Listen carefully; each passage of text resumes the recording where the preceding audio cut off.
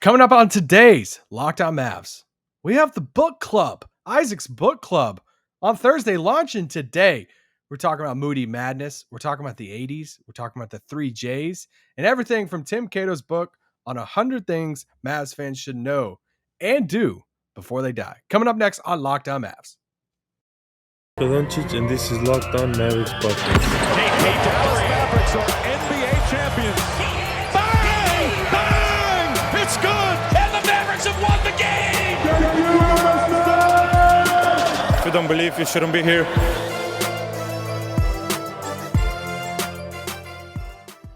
Welcome to Locked On Mavs. This is one of your co-hosts, half of Locked On Mavs, contributor at Mavs.com, Isaac Harris. And today is day one, week one of the book club. This is Isaac's book club launching today on Thursday. If you're following along, if you bought Tim Cato's book, then today we're talking about the first 10 chapters of this book. It's roughly 30 pages. But man, there's a lot of Mavs history stuff locked into this. I see what I did there.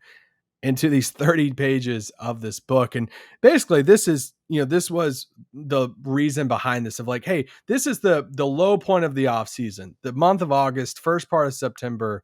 And we're like, how can we incorporate some history, maybe part of this franchise to this podcast that we hardly ever talk about the history of the Mavericks way before, Luka and Dirk. So many of you guys have hopped on to listen to this podcast since Luka has joined the team. And we really never touch about the past too much. But like now's the time to do that. And we're like, hey, we're looking at ways to do it. And like, let's just do it one day of the week. We look at Tim Cato's book from The Athletic. He has a book out. He wrote it a handful of years ago called 100 Things Mavericks Fans Should Know and Do Before They Die. It's super cheap. You can buy it on Amazon, anywhere you want to listen. Here there's a Kindle edition. But basically, you don't have to follow along and read the book if you want to follow along this podcast on Thursdays too. It's just going to be me this week. I think we might have some guests in the near future talking about some history of the Mavs, depending on what comes up in some of these chapters. But anyway, it's a cool thing. If you are a diehard Mavericks fan and you like hearing about things that are not current and just some things of the past, then this pod on Thursday pod, it'll be for you. If not, I'm sure you'll let me know in the YouTube comments, which if you're watching right now on YouTube, leave a comment below. You could say comment below. You could say, hey, who's your favorite Maverick of all time besides Dirk Nowitzki? Or maybe just a moment in history like you're really intrigued of talking about or learning more about, because I'm going to talk about a handful of these chapters, but also some things that I've learned from it too. And just in these 30 pages, that's the goal. 30 pages a week, basically 10 chapters a week. They're short chapters. I love books with short chapters. And if I ever write a book one day, when I write a book one day, let me say that they will be short chapters because that's how I love reading. But anyway, let's talk about some of this because so the first chapter of this book, I'm just going to read through the first 10 chapters, not read the book. Don't turn off the pod, but read the title of the chapters. And then your instant reaction is going to be like, how in the world is he going to talk about these things in a matter of a 25 to 30 minute pod? I have a way, okay? Because one of the chapters is the 90s. That doesn't deserve more than like 45 seconds, all right? Because the 90s as a whole for the Mavericks, they sucked. They didn't make the playoffs all decade. So there you go. There's the 90s. There's one chapter right there. But anyway, these are the titles of the chapter for this week. Dirk Nowitzki means everything. My heart. 2011 was different. Chapter 3 is Mark Cuban. What a loaded chapter that could be. Chapter 4, how the Mavericks came to Dallas. Chapter 5, the 1980s. Chapter 6, Moody Madness. 7, the 1990s. 8, the 3Js. Oh, that's a fun one. Chapter 9, just a kid from Germany. And chapter 10 is Steve Nash. So chapter 1, if you're following along, if you read the book, chapter 1, is about Dirk Nowitzki. And, there's not too much at this point that I feel like, you're talking to somebody who's watched so much of Dirk's games, and we've done a pod about the Mavericks for 5-6 straight years now, every single day. So we're going to talk about Dirk, and we covered Dirk's last year's with the Mavs and his last home game and him moving up the scoring list and 30K and all so much fun stuff towards the end of Dirk's career. But this first chapter is about what Dirk means to the city of Dallas. And when I first shot a message to Tim Cato about us doing this, or me doing this book club on Thursday, I'm calling it book club, even though we're not really interacting.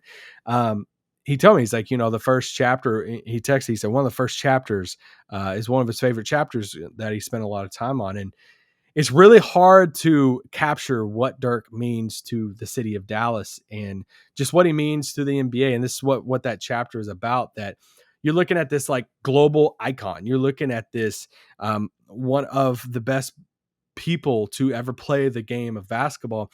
And not only that, but you can't say about every there's only a select group of people that have played the game of basketball that you look at and say, you changed the game forever, that you can see the footprints of that player throughout the history of the NBA, like moving forward through the future of the NBA.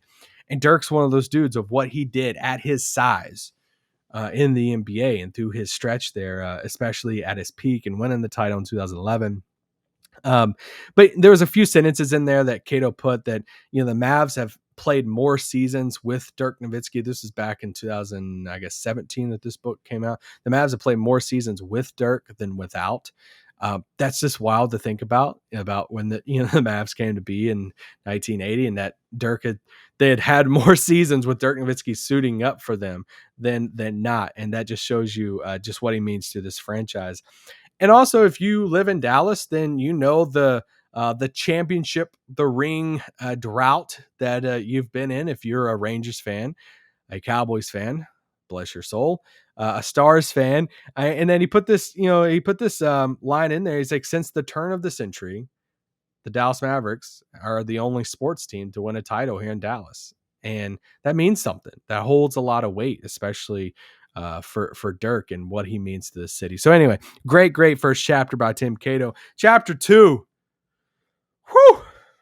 I'm going to save 2011 for a future pod because there's a whole set of chapters that's about that series in 2011 for against the Heat. We always do finals flashbacks and all of that. So such a fun team, the team that will live in infamy forever. We love 2011 team, but I'm going to save all that for another podcast. But chapter 3, Mark Cuban, the owner of the Dallas Mavericks, the governor of the Dallas Mavericks. So there's a lot of history stuff with Cuban that I would encourage you to look into as far as like how he came to own the Mavericks. Right, he buys the team from Ross Perot. We're going to leave any history with Perot right there. In January 2000, right? So reminder here that I think a lot of people forget sometimes that Dirk came before Mark Cuban. Like Cuban buys the team after they had drafted Dirk, but so he buys the team from Perot January 2000. And he's kind of, and what this chapter is about is like, he's kind of the first like celebrity owner. And this is what Cato talks about in this chapter, that he's like the first owner that's like sitting courtside, that's like wearing team gear, that's arguing with refs, that's cheering, standing up, fist pumping, and like all of this, that he adds like this different element of being an owner in professional sports back then in the early 2000s, in January 2000, that you just didn't see very often. And even like throughout, so I mentioned the refs, and I brought out this point. I won't do this too often in these pods of these Thursdays leading up to the camp, but had this great quote. This is one of the things I learned, the Dairy Queen story from Mark Cuban. Cato puts this in chapter or in verse, page 10. In the first 2 years alone, Mark Cuban racked up more than $1 million worth of fines. Once he had the still shot of a missed call put up on the Jumbotron as he berated an official, and another time he said he wouldn't let the NBA's head of officiating manage a Dairy Queen. When Dairy Queen protested, Cuban actually spent a day managing one, showing up at 6 a.m. to begin training and serving ice cream to more than 1,000 customers who showed up to the carnival-like atmosphere. Though Cuban reined in his temper somewhat over the years, his fines are over $2 million and counting. Now, this is 2017. So there's been a handful more fines since then. But great story, great Dairy Queen story that I didn't know about. That that he ended up eating his words and like, hey, you protested this, I shouldn't, however you want to feel about him saying that, and then he goes and works as a manager for a day. It was a lot of fun. Anyway, those are the first 3 chapters. Coming up next, let's talk about the 1980s and how the Mavericks got to Dallas, because I think if there's one single chapter in this first group that I learned the most in and that I enjoyed the most was how the Mavericks got to Dallas. But first, this pod is brought to you by betonline.net. There's so many different odds out there, especially going into this NBA season. We all saw the Kevin Durant news this week. Where's Durant going to go? What's going to happen with the Nets in the East? So many things to bet on for the NBA. It's the fastest and easiest way to check on all your betting needs. Find all your favorite sports and events at your number one source of odds, lines, and games. Find reviews and news of every league. MLB, NFL, NBA, NHL, combat sports, esports, even golf. Shout out to golf, powering through it. BetOnline continues to be the top online resource for all your sports wagering information, from live in-game betting, scores, and podcasts. They have you covered. Head to BetOnline today or use your mobile device to learn more about the action happening today. BetOnline, where the game starts. All right, we got to do it.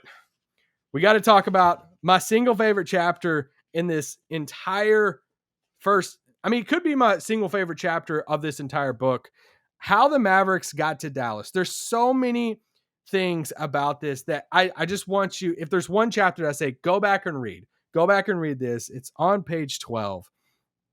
And literally the first sentence of this chapter, the Dallas Mavericks came into existence on a napkin in a diner booth.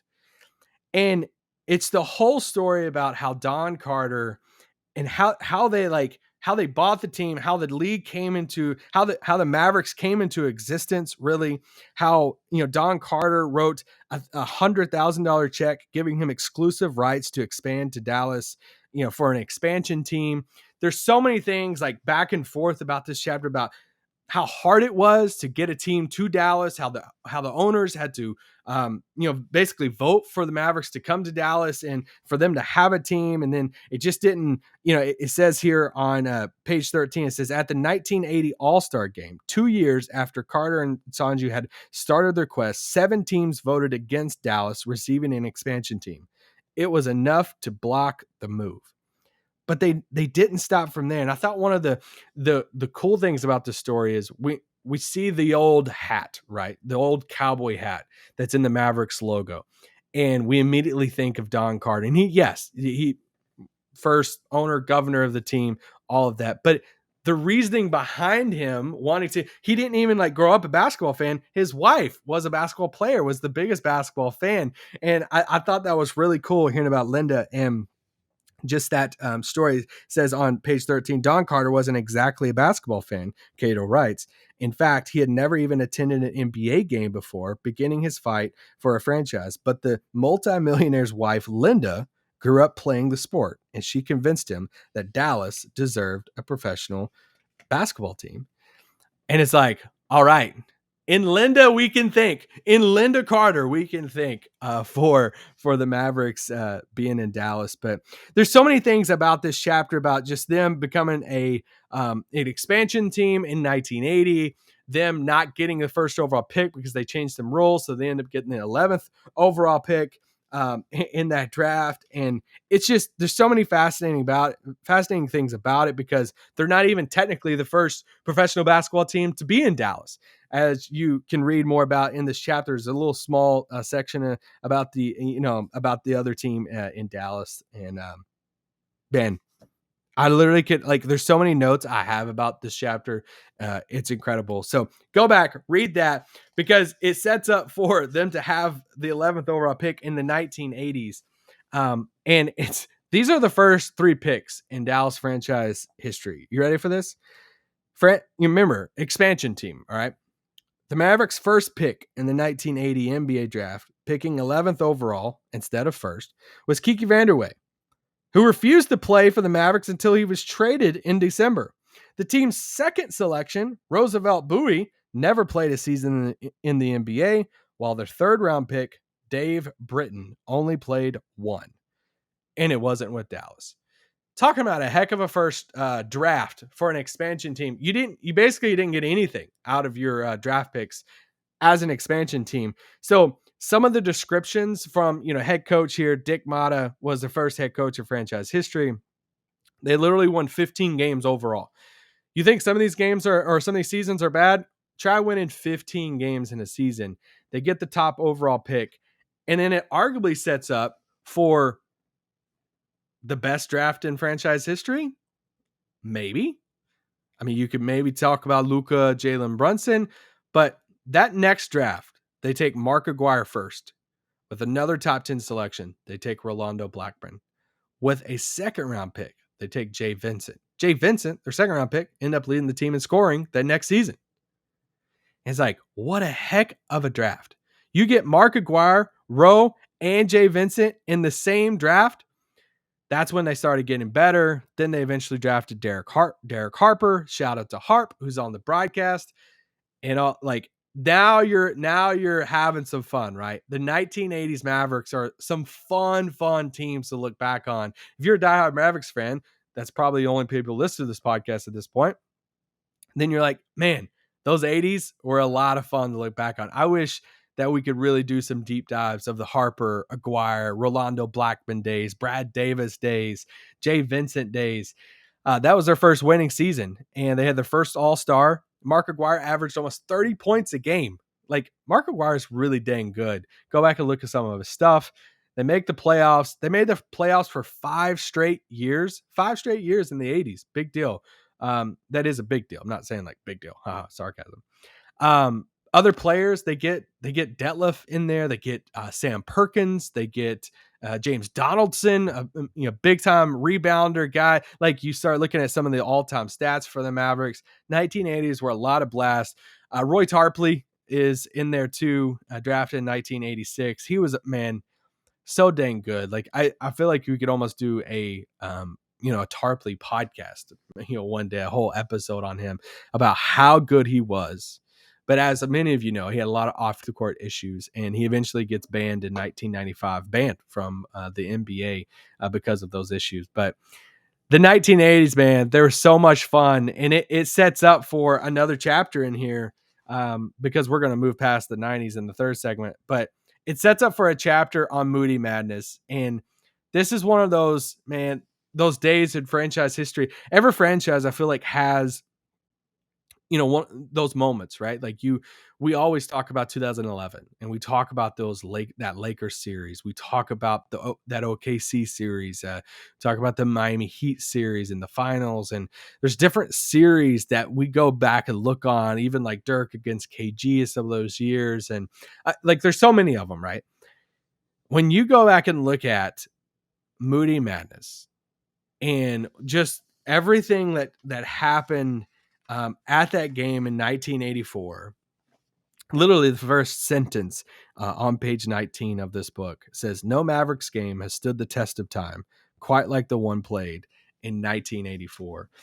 And, this is when they're in the playoffs, right? Like, they're facing the Sonics. It's 2-2. The series is tied. They're coming back to Dallas. And guess what they can't do? They can't play where they normally play, because where they normally play already had the arena booked out for a world tennis event, because they didn't think the Mavericks were going to have a shot. Like, nobody thought the Mavericks would be there. Like, what? And now they're going to play a deciding game, because they didn't go to game 7 back then. They only went to game 5, a deciding game at Moody Coliseum at SMU. A game 5, basically like a game 7 in the playoffs against the Sonics. We're talking about a Sonics team with Gus Williams, Jack Sikma, Tom Chambers. And they go and they face this Sonics team at Moody Coliseum, SMU, Derek Harper, all the guys. And it's just like this back and forth, this incredible game. It's one of those games you're like, I was at Moody. I was there for Moody Madness. Like, I would brag about that for the rest of my life. I would just like walk around all the Mavs fans and arena or whatever. I'm like, yeah, I just put that in like all my bios, like LinkedIn, Twitter, everything. It's like, I was at Moody Madness. They literally had to measure a 3-point line to like paint on the court at Moody Coliseum for the NBA point rank. Like all this stuff is incredible. Mavs are underdog. They end up going into overtime. Rolando Blackman has this clutch dunk, and Chambers at the buzzer, okay, shoots his half-court shot. He misses the shot. Mavericks go nuts. They celebrate. They go in the locker room. They do this whole thing. And they're like, dude, we beat the Sonics. This is incredible. But what makes it mad? The refs come back and say, hey, we didn't even start the clock. The clock didn't even start. They have a 14-minute review. Cato talks about this in this chapter. I'm like, all the details of it, I was getting refreshed on it because I knew the common story around Moody Madness. And honestly, guys, if I do like a deep dive on Moody Madness, like a whole week of pot or like a big story on it, don't be shocked because I really want to do this. A 14-minute review happens. They bring everyone back out. The Mavericks have to put on their jerseys again and have this one last play. And the Sonics miss it again. The Mavericks win again. And it doesn't even matter. And it's just one of those like franchise cornerstone moments for the Mavs that you look back on, you always hear about, and you're like, man, Moody Madness. Like that's the game. So anyway, hearing some of Harper's comments, Derek Harper's comments about it was really cool. Good chapter. Like if there's games in this franchise that if you're a diehard Mavericks fan, you got to know about Moody Madness. All right, coming up next, let's talk about the 1990s just for a second. We got to talk about who everybody wants to talk about, Tony Braxton. All right, I'm back. My voice is about to go out. All right, it's a lot of talking, but I get really passionate about it because I really like the history.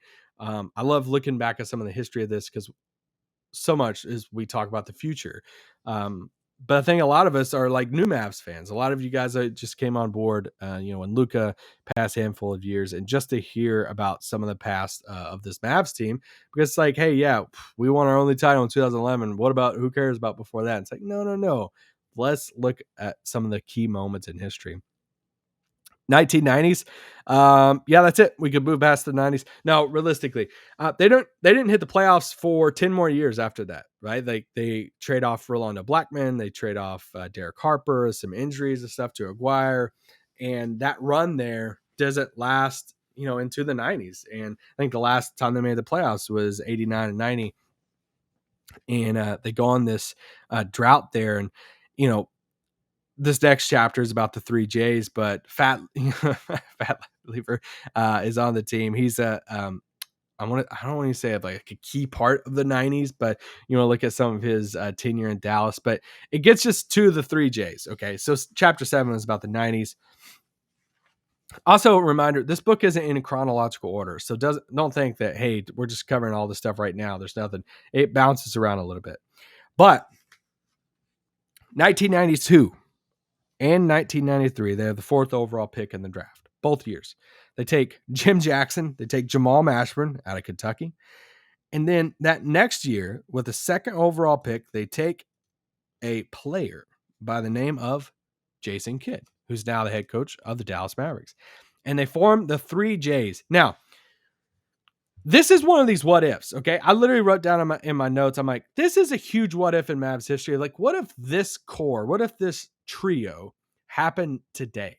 Because on paper, this is incredible.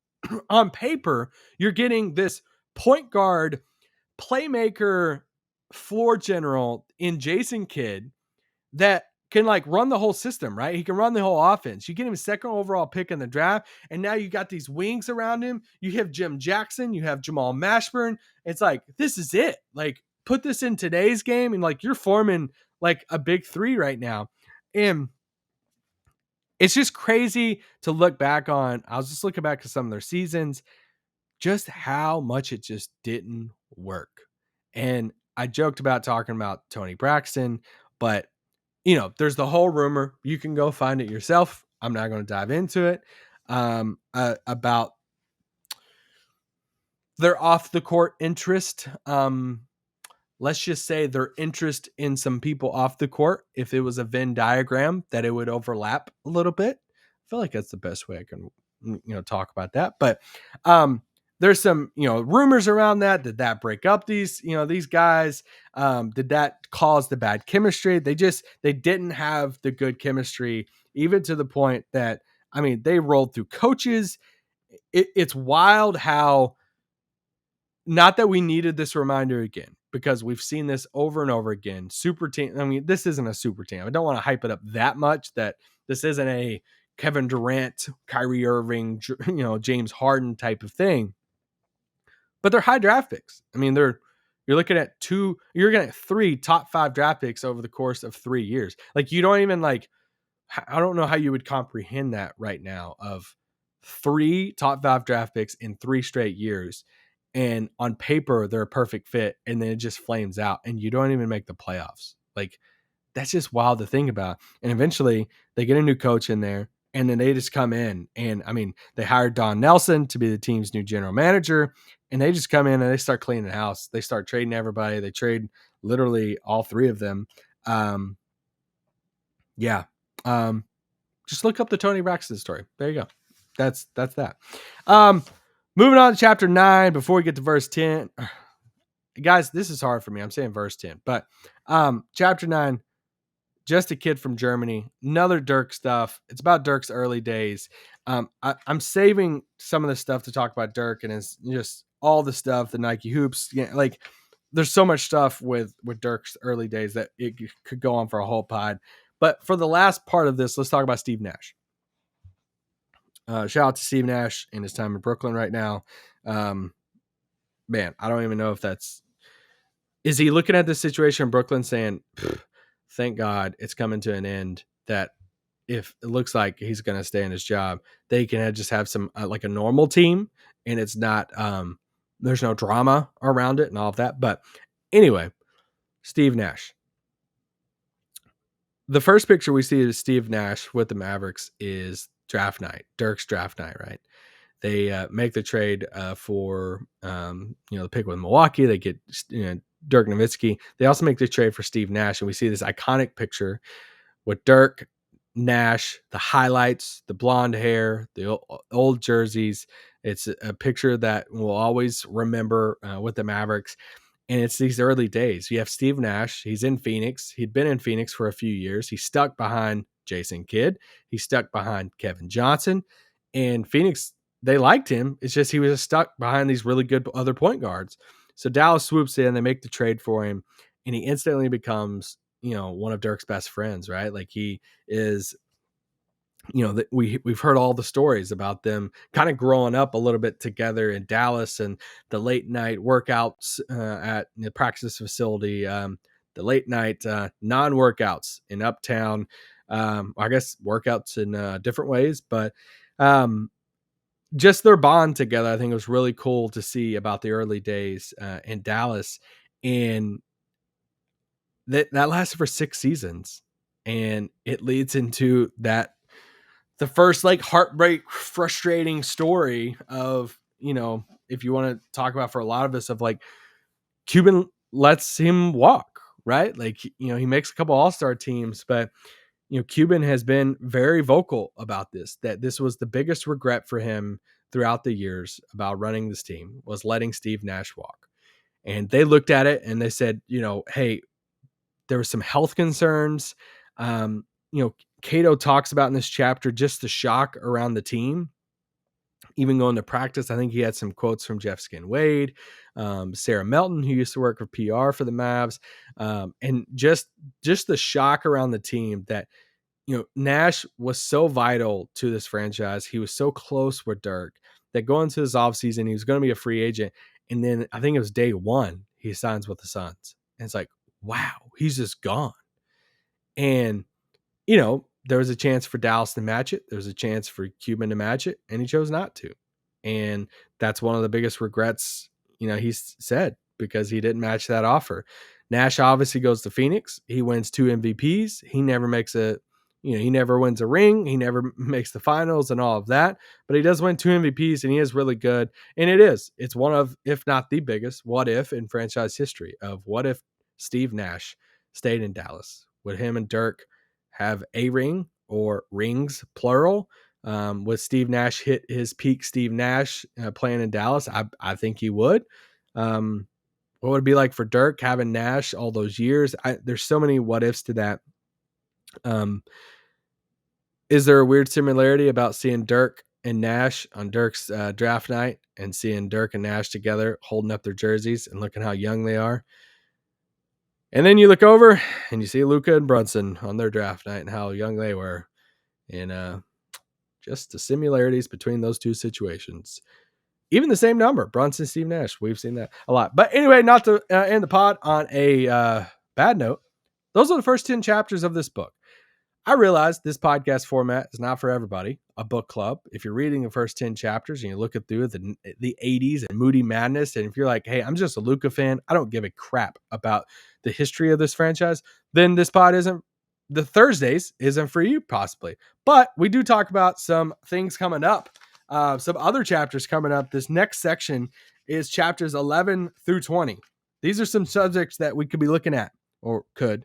2006 finals. Whew, let's talk about Dwayne Wade. Shout out to, I'll probably be telling my Wade story on that podcast when I asked Wade in the Cleveland Cavaliers locker room, because he played for the Cavs, asked Wade to his face about the free throws in 2011. Some other chapters that's coming up on next week's Isaac's Book Club on Thursday. Jason Terry, a bittersweet 2007 MVP, a little bit more on Rolando Blackman, the late 2000s. Shout out to the chapter on Rick Carlisle we might skip. Just kidding, we won't at all. Early 2000s, man, it should be a good one. But anyway, you guys are awesome. Hang in there. We'll see what trades could be on the horizon. Come back tomorrow for a little game pod action with Nick. And make sure you subscribe below. And come back next week on next Thursday for Isaac's Book Club Week 2. If you haven't bought the book yet, buy the book, read the next 10 chapters, 30-ish pages, and we'll be back talking about the Mavericks, as always, every single day. Peace out. Boo.